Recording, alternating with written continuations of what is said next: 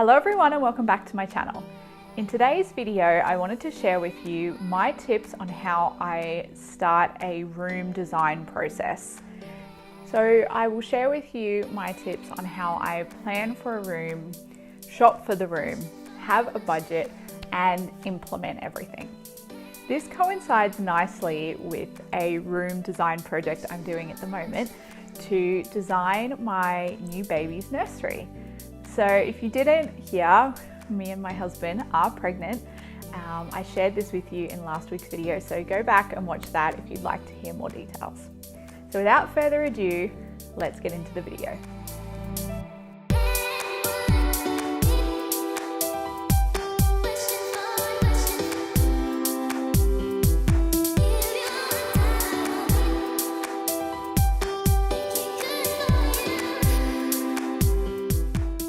So my first big tip is to plan.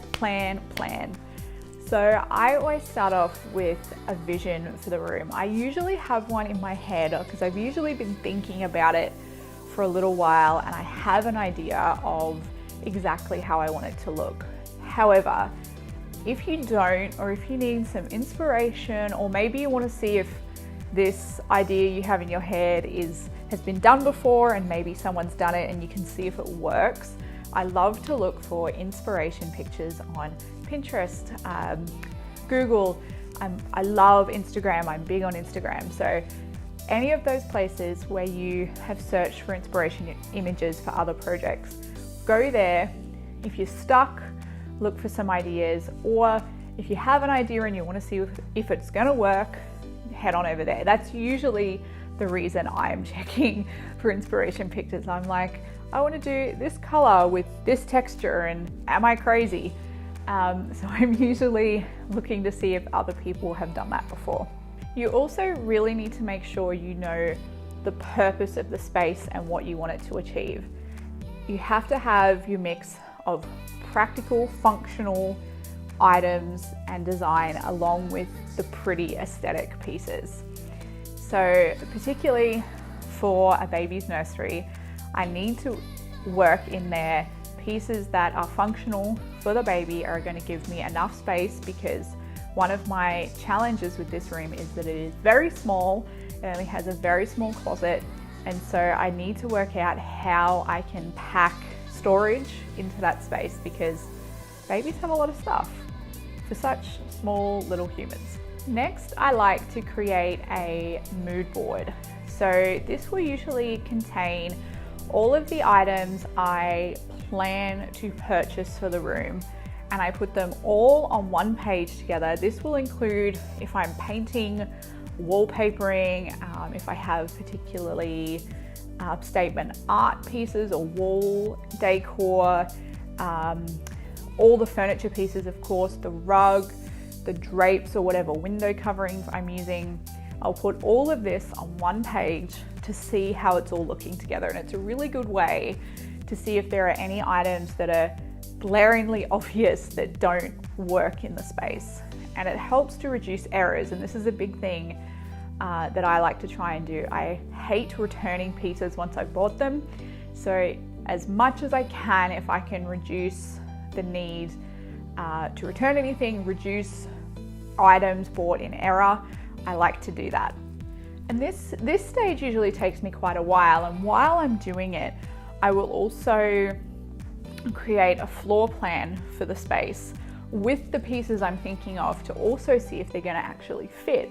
So the software I like to use is called Lucid Chart. This is just an online based floor plan software. It's very simple, very easy to use, very basic, but I love that I can have the app for it on my phone, and if I get an idea while I'm out, I can play around with it. Or if I'm shopping for something and I see something, I can see if it would fit in the space immediately. But there are lots of other design softwares out there that are much more complex that you don't necessarily need to use to create a basic floor plan for the space. But I like to do the floor planning in conjunction with my shopping research and mood board. So I kind of do that all at the same time to make sure that everything I'm planning for the space is going to fit. And how I'm going to arrange it. Another thing I do like to do when I am doing my floor plan for a space is actually, if I'm really not sure about something, and particularly if I want to know walk through flow of a space, I want to know if I'm going to be able to fit between two pieces of furniture, or how cumbersome the room is going to be if I'm trying to navigate my way around different pieces of furniture. I'll actually go into the room, especially it's great if you have hard floors, either hardwoods or tiles. I will go in with painter's tape because it's easily removable and it doesn't stick, and I will actually tape out the pieces in the room. And this is a great way, before you spend any money, that you can walk through the space and see if you've got enough room to get around. This nursery has been such a challenge. This room is a difficult space. As I said, it's small. It has two very large windows in it for the space. It has a closet door. It has an ensuite, so it has a door there. It also has the door to enter the room in the first place. It has a vent, like an AC vent on the floor. Both our heating and cooling comes out of that. And I'm trying to keep the crib away from the windows and the air vent, for example. So it definitely has its challenges. And then we have one really long wall. Part of this wall, it runs the whole length of the room. Part of it is in the hallway, so it's kind of dead space. And then part of it is in the room, and it's the only section that doesn't have a window or a door on it. So floor planning has come in so important for this project, and I'm sure it will for yours too.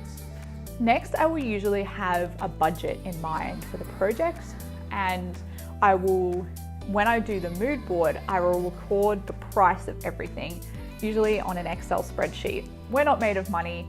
I do not have sponsors for any of these projects that I do, so we pay for them all out of our own pocket. So usually I shop for things, especially if there are more expensive items, I will shop for them over time, and I will gradually accumulate the items that I need for the space. I very rarely go out and buy everything for a space all at once because it's expensive. So having your budget in mind helps, and then planning out if you need to stagger purchasing your items over a few weeks or a few months, whatever it might be, is totally fine, but it helps to have that plan in place so that your project doesn't stagnate and never gets done. Finally, much like my budgeting tip, I usually will have an implementation plan as well for how I'm going to actually put all of this planning and all of the shopping into a space, because a lot of us don't have the time to spend a couple of days or a week in, designing a room. So thank you for watching today's video. I hope these tips were helpful for you, and I hope you enjoyed seeing the plan I have for our baby's nursery. If you did enjoy it, I would love if you could give me a thumbs up and hit that subscribe button down below. Thanks for watching, everybody, and I will see you all soon. Bye.